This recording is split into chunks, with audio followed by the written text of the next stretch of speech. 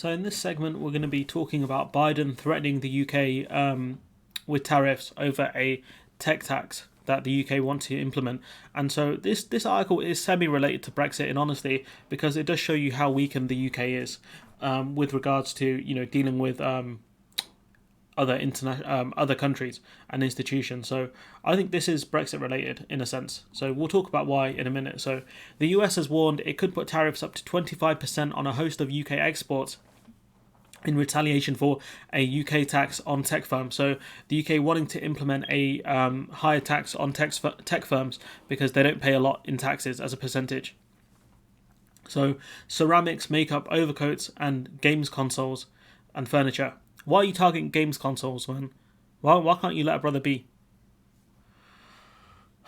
Could all be hit according to a list published by the Biden administration. Imagine making game consoles go up in price because you don't want tech companies to pay high taxes in countries where they make money. Absolute idiot. Is pressing ahead with the actions initiated by Donald Trump, which shows that the two aren't as dissimilar as people think. The duties are designed to raise $325 million in tax, the amount the UK will raise from the tech company. So you can see there's a lot to gain here from this tech tax. The US argues that the recently introduced digital service tax, which aims to make tech firms pay a higher share of tax, is unreasonable, discriminatory, and burdensome attributes. Like, shut up. Like, honestly. Like, these men don't pay enough tax as is. Get lost. Similar actions have proceeded. Get this, yeah. This is the Brexit aspect. Similar actions have been proceeded against because of tax increases in India, Austria, and Spain, but action against the European Union as a whole was dropped. I wonder why they won't take actions against the European Union as a whole. And the thing is, if the EU go through with doing a digital tax increase, right? If the US wanted to put sanctions on an EU member like Spain, the EU could take retaliation as a whole. The EU could take retaliation as a whole on America for this.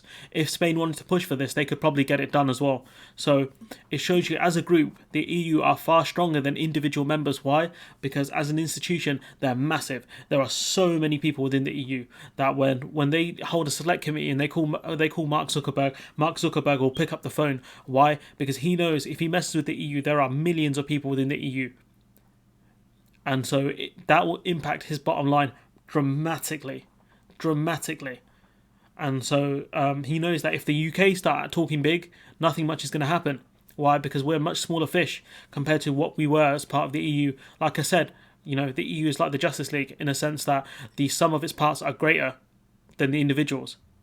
And so, if we were part of the EU and the US tried to move like this, we can immediately go to our former colleagues in the EU and said, look, the US are putting sanctions on us. What can we do in retaliation? But instead, we're on our own.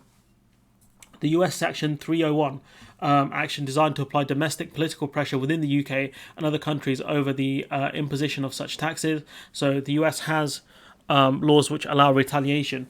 The US and UK held talks about the digital tax services tax on the 4th of December, and UK government sources stressed that the tariff list was being seen as procedural rather than an escalation. So, it looks like the US are saying this is just standard procedure for us.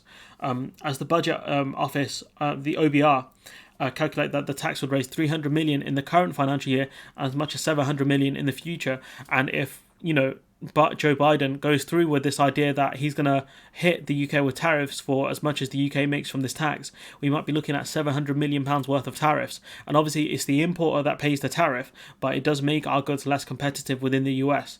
So public frustration brought in April, it taxes 2% the revenues, not profits. And that's an important distinction because they could easily funnel money around to hide how much profit they're making, but I think revenue is a bit more difficult to hide.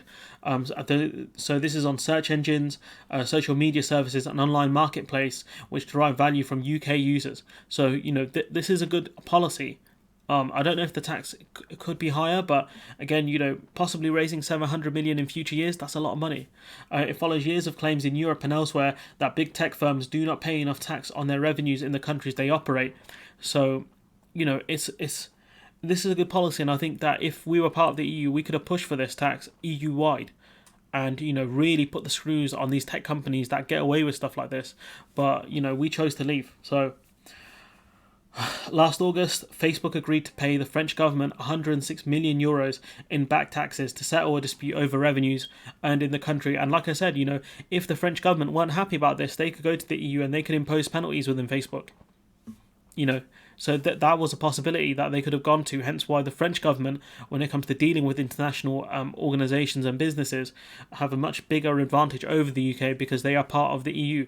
Earlier, Mark Zuckerberg said he recognized the public's frustration over the amount of tax paid by tech giants, and you can say, why don't you pay more tax then?